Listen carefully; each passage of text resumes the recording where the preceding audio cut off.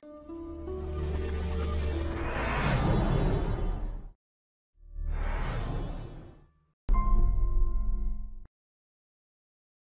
folks, and welcome to the next in our series of, I guess we could call them kit build instruction videos. And in today's one, the build that we're going to be doing is for our Lexus GS450H VCU product. What you see here is basically what you will get in the full kit. Should you purchase such a thing from the EV BMW web shop. There will be two options available. First will be the full kit with the components that we will run through here now, and the second option then will be just the bare PCB that you see here. So just to reiterate a point that I'm going to make in all of these videos, that is that number one, I no longer supply fully built up and tested boards.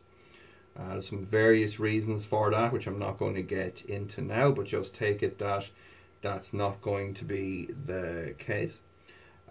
Secondly, you are responsible for building your kit and getting your project up and running. There is support available via the openinverter.org forum. So I would strongly advise going on that forum and looking up the relevant support threads for this, and indeed any other products that you may consider purchasing. So that's our little disclaimer out of the way. Let's get into the detail. So the main part that you will receive is the PCB board. Now we're very fortunate to have JLC PCB doing the builds for us, and their quality is really exemplary. Now on this particular product board, I don't know, all of the surface mount components are placed, so there is no surface mount soldering involved in this at all. So the second thing that you will receive is the main connector header. Now this guy attaches to the board and provides us with these two Molex MX150 connector headers here for connecting signals to and from our controller. Your kit will be supplied with a little self-tapping screw partially threaded in here, and we will show you how that works for securing it to the PCB shortly. The next component that you will have is a vertical USB type B port, which will be attached to the PCB. You will receive a 5 volt switch mode voltage regulator device, a Wi-Fi module. This is the same kind of an ESP32 based module that we use on all of the inverter and controllers, and a little 90-degree 10-way header for attaching that. So let's go ahead and get straight into our build. So first thing we will do is fit our switch mode voltage regulator, and that is fitted to the PCB in the area designated IC9.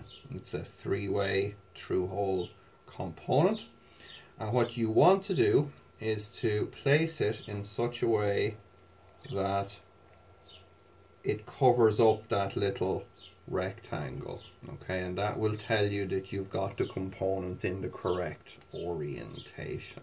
What you don't want to do is to try placing it backwards. Now, it would be very difficult to do that because it would be sitting up on other components, and that would then explode when you apply power to it, so don't do that.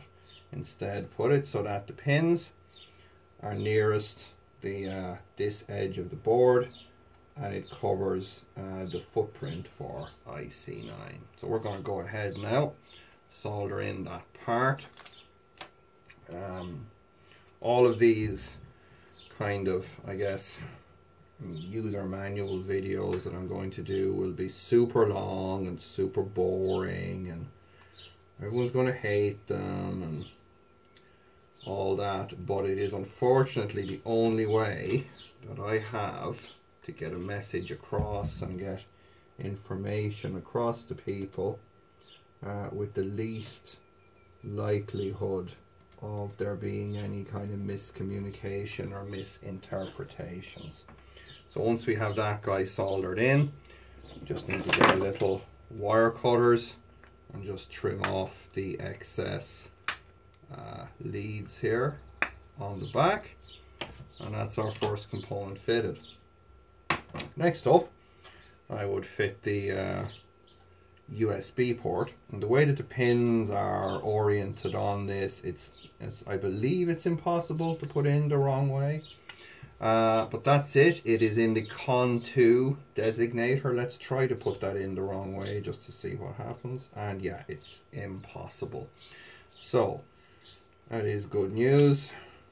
Just snap that in. It's got these little, it's got the 4 USB signals on here, and it's also got these little tabs for holding it in. So what I typically do here, solder one of the signal leads like so, then up the board, little bit of finger pressure on the back, and just remelt that joint just to square up the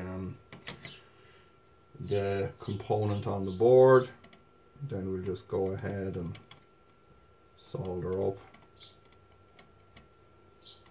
the 4 signal wires, and then we'll get a nice big blob in there on our I guess retaining pins would be the right word for them. There we go. And again, same principle here. Just get a little snips and just snip off the bits that we don't need. It's all, as I say, very simple through hole soldering on this particular board. Now, we then want to take our Wi-Fi module, and how I like to do these is just attach the header to the module so that we've got our 90-degree legs just kind of pointing out that way. Turn our PCB around, set the module in like this. Again, it's pretty much impossible, to put that in the wrong way around. And from the top side, just press down and then just top side solder one pin here in a corner like that. Flip over our board. We just check that our pins are just coming through, which they are. That's all we need. We'll flip over and we just start to solder these guys in. And what we're typically doing here is we're leaving a little bit of extra leg on the far side of the board to give our Wi-Fi module sufficient clearance.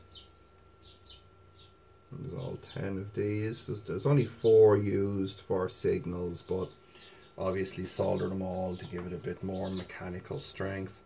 That's our Wi-Fi module on there, and you can see then that we can just remove that once we have it there. I'm just going to leave it here because this will be going in a kit to somebody.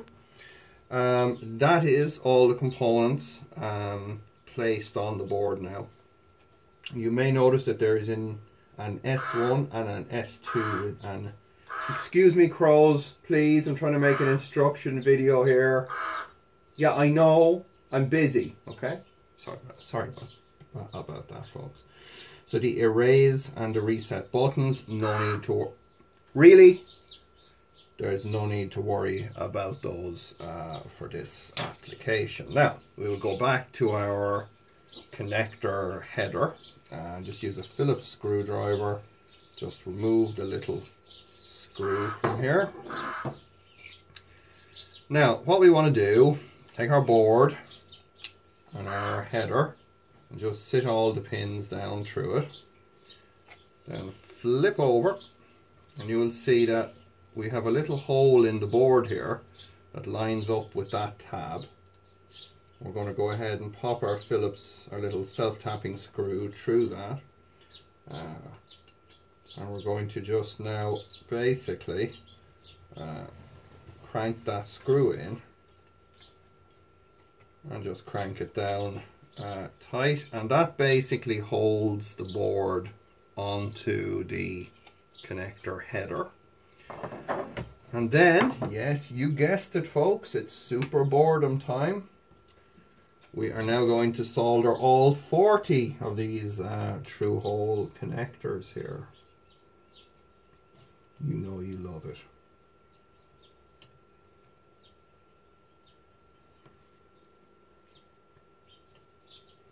Now, it should be noted as well that of all of the items that I've worked on, GS450H VCU and GS450H system is most definitely getting the most community involvement and community support.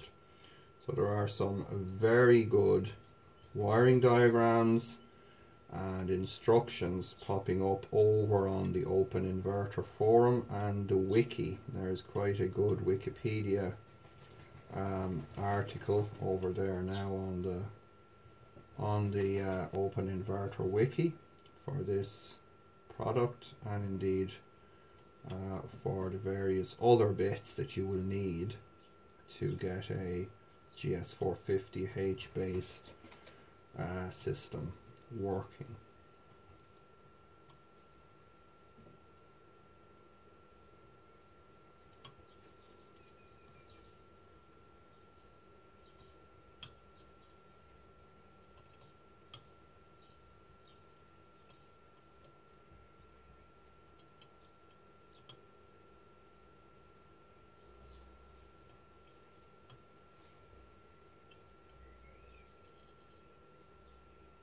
And it's, as I say, very straightforward soldering on this product. JLC PCB have already done all of the kind of heavy lifting with the surface mount stuff for us.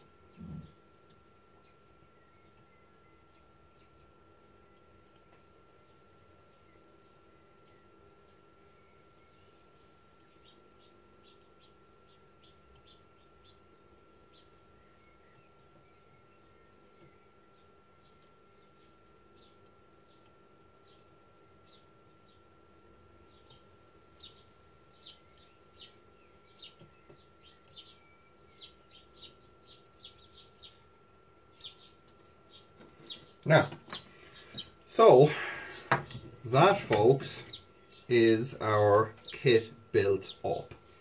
There's one point worth just mentioning at this stage also, in that you do have the choice of purchasing one of these enclosures. Now, I will not be selling these. The part numbers for this are on the forum and on the BOM on GitHub, but it is designed to slide into that little enclosure, and it seals down and gives you a weather-tight kind of an ECU enclosure. You know, it's a GRP box. You got two good big lugs here for fitting it into your product. But just to reiterate, this is not part of the kit. Okay, I am not selling these. Now, so now what we got to do is we got to go ahead and program this guy, and yeah, so stand by.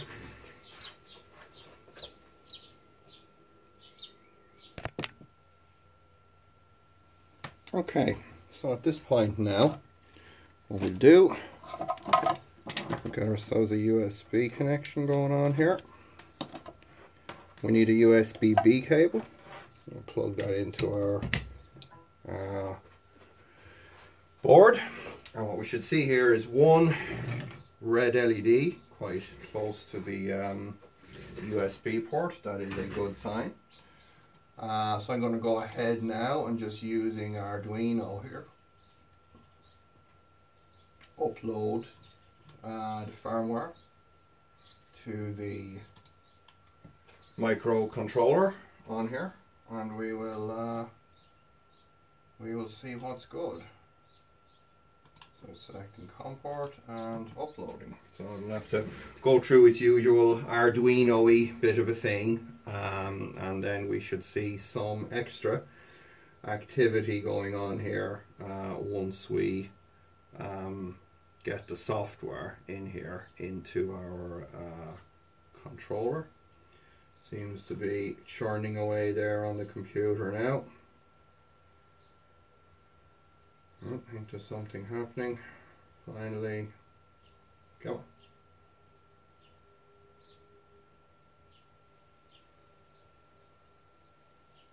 Verifying. Wow. It really does take a while these days. And there it is. And what you will now see is our second LED here flashing away. So that means that our software has successfully loaded in here, and it is executing. So next step, we're going to unplug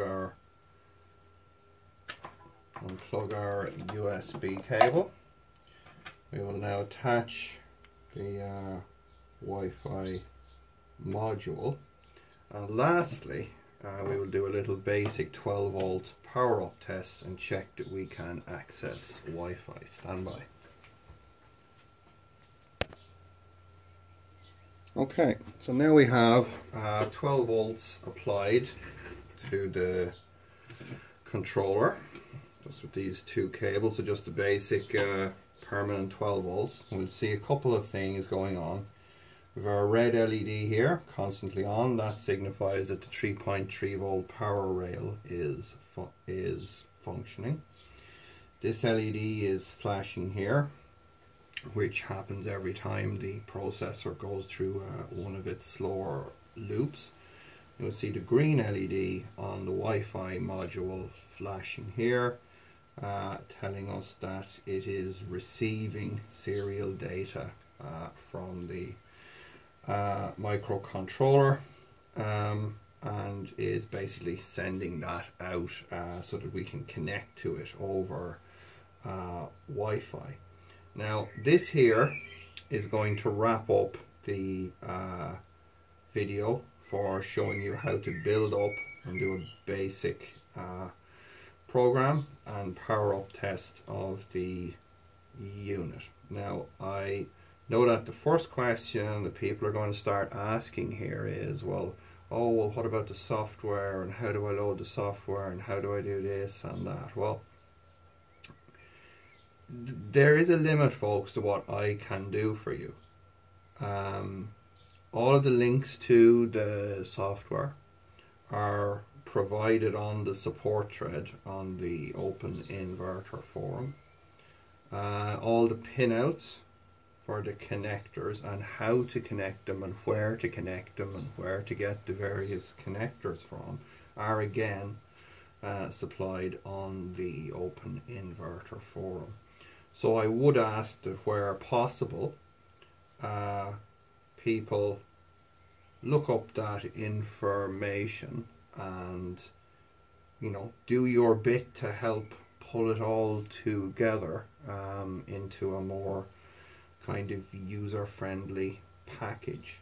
I may do a second part to this where I do a screen capture on the computer and, you know, show you how to get the software and stuff, but that's what we're going to finish with here now today. So as always, folks, don't forget to dislike, do not share, unsubscribe. Check the links in the description, because there will be links in there both to the forum where you get the information that we've just discussed. There'll be links in there to GitHub where you can download things like the software and the circuit diagrams and the pinouts and all that. And yeah, So that's about it. So let's call this the end of part 1 of our GS450H inverter controller kit build instructional video series. And yeah, so until next time, happy kit building.